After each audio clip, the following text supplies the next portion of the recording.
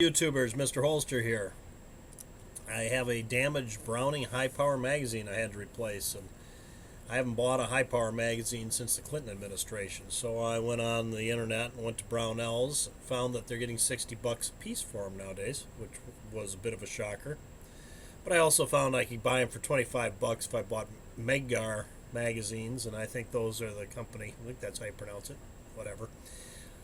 I think that's the company that makes them for Browning anyways. So bought those magazines in the past. They've worked fine, so that's what I'm going to do. But it got me to think about the price of magazines and the price of guns, and not always do the price of guns and the magazines correspond. You know, you buy a expensive gun, you can understand getting an expensive magazine, but if you buy a lesser expensive gun, it doesn't make any sense to have a more expensive magazine. So I just thought I'd mention that, something to consider when you buy your gun. I did a little checking and basically found that the magazines were pretty much running between $25 and $45 a piece. You know, I was in a store the other day looking at a SIG 250, and having started my employment carrying a Security 6 and going through that transition from revolvers to automatics, and back in the 90s, early 90s, there was the double action only automatics were big. There was a point there where a lot of agencies were buying double action onlys because it was easier to transition their officers from a revolver into a double action only automatic. And they were quite popular there for a while, and same reason I like them. It's like shooting a square revolver basically. So that really interested me, so I was looking at it, and they wanted $4.99 for the gun, and I was thinking, you know, that's really reasonable, because basically what you've got there is a double action only Glock, is what it is. It's pretty much like a Glock, only it's got a full trigger pull and a hammer on the gun. And so I was about ready to get one, and I went over to see if they had extra magazines in stock, which they did. They wanted $55 a piece for the magazines. So naturally I didn't buy the gun. And I got home and checked the magazines. You could actually buy them from SIG directly for $46. So they lost a sale there due to them trying to gouge on the magazines, number one. Number two, at $46 a magazine is still pretty expensive, because I can buy a Glock magazine for $25. And this gun was cheaper than a Glock. So, albeit not much. But a comparable Glock 21 would cost about $550, and this was a $500 $4.99 gun. So I wouldn't anticipate paying more for the magazines than I do for a Glock magazine. But anyway, this is what I found.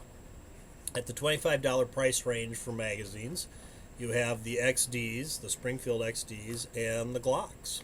They're pretty much $25 a piece for a magazine.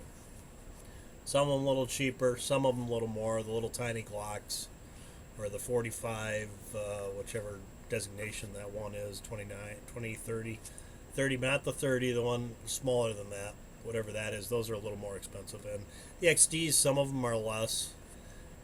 The XDSs are less than $25, but basically the XDs and the Glocks are the same price, about a $25 magazine. Then you go up to a $35 magazine, and there you're looking at Smith & Wesson M&P, which is basically competing with a Glock. So if you buy a Smith & Wesson M&P, you're going to pay $10 more for every extra magazine. And if you buy a gun, you have to have at least 5 magazines just to practice with it. And I like to have extra magazines, so if down the road you can't get them, you've got them. So if you get yourself, say, 10 magazines beyond what comes with a gun, you're looking at $350 on a Smith & Wesson M&P, versus if you bought a Glock, you'd be looking at spending $250. You've saved $100 buying yourself a Glock. But at any rate, so $35 range, you have Smith & Wesson M&Ps, the Shield.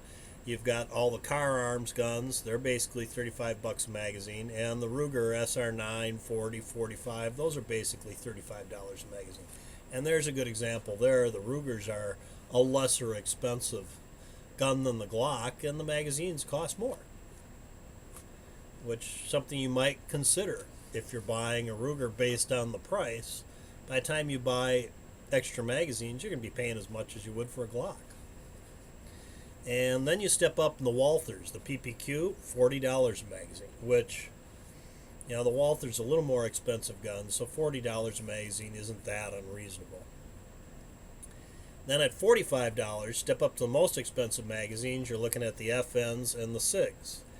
And again, back to my SIG story, the 250, I don't really think $45 for a magazine for a SIG is reasonable in that case. At 226, you know, when I'm looking at a really nice SIG I'm paying $1,000 for, you know, they may be gouging a little bit on that magazine at 45 bucks, but you're going to have to expect to pay extra if you're buying an expensive gun that the manufacturer's going to be charging you a premium for the magazine. So that's not that unreasonable in my mind. I just thought I'd throw that out to you. You know, something to think about when you're buying a gun. You got to buy other things after you get the gun to go with them. So, thanks for tuning in and watching my video. If you haven't subscribed, if you would, I'd appreciate it. And like I've said in the past, I enjoyed. Well, actually, I've never said that in the past, have I? Well, we'll wipe that out. So, but thanks for tuning in, and no, that's not good either.